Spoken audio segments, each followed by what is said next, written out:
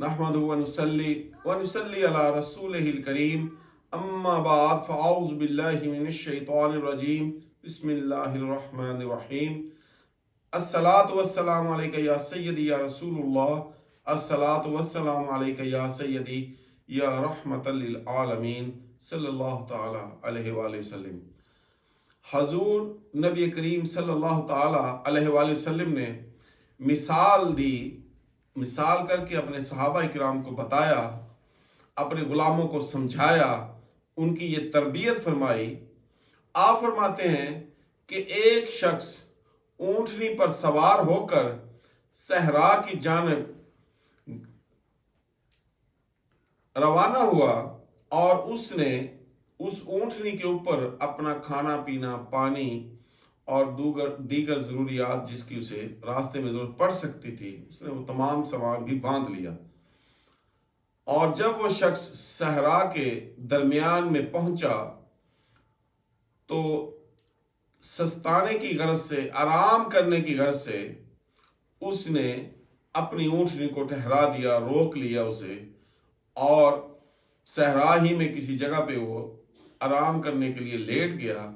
और जो ऊंटनी की जो महार या रस्सी होती है, वो अपने सर के नीचे रख के लेट गया। जब वो उठा तो उसने देखा कि उसकी ऊंटनी वहां मौजूद नहीं है। उसने दाएं देखा, बाएं देखा, आगे पीछे हर तरफ इधर उधर भागा, दौड़ा। उसने तमाम जानिब जब अच्छी तरह से तलाश कर लिया तो उसे यकीन हो गया कि मेरी ऊंटनी गुम हो गई है, वो मुझे यहाँ सहरा में छोड़कर चली गई है।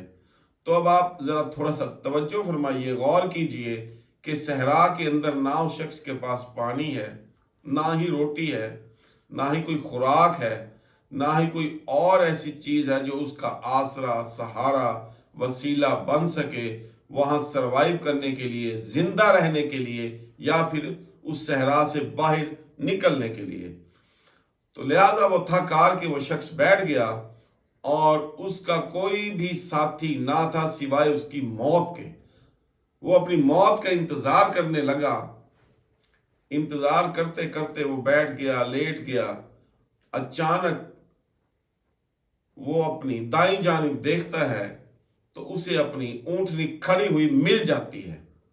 जब उसे ऊंटनी मिल जाती है तो सहाबा इकराम से, अपने गुलामों से मुस्तफ़ा करीम सल्लल्लाहु ताला अलैहि वसल्लम ने पूछा कि आप मुझे ये बताओ कि उसकी खुशी कितनी होगी, उसका खुशी का ठिकाना, उसकी खुशी का मेयार क्या होगा।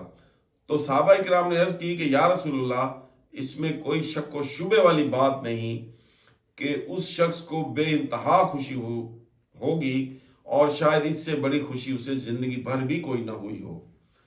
लेकिन आपने फरमाया कि नहीं, ये खुशी कुछ भी नहीं है।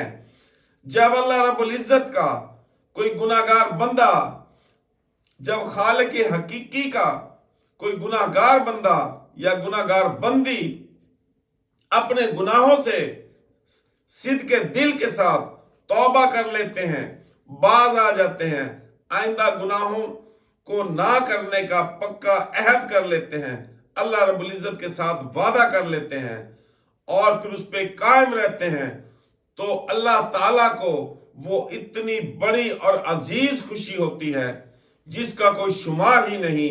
तो इससे आप अंदाजा लगाइए कि आका दो जहां सल्लल्लाहु ताला अलैहि वसल्लम किस तरीके से अपनी उम्मत की तरबियत फरमा रहे हैं, ये पैगाम पहुंचा रहे हैं, ये तबलीग फरमा रहे हैं कि कभी भी किसी भी हाल में अपने रब्बे करीम की रहमत से मायूस नहीं होना। अगर तुम गुनाहगार हो तो तौबा करो, उसकी रहमत के दरवाजे हमेशा खुले हैं। वमा अलैना इल्लल बलाग।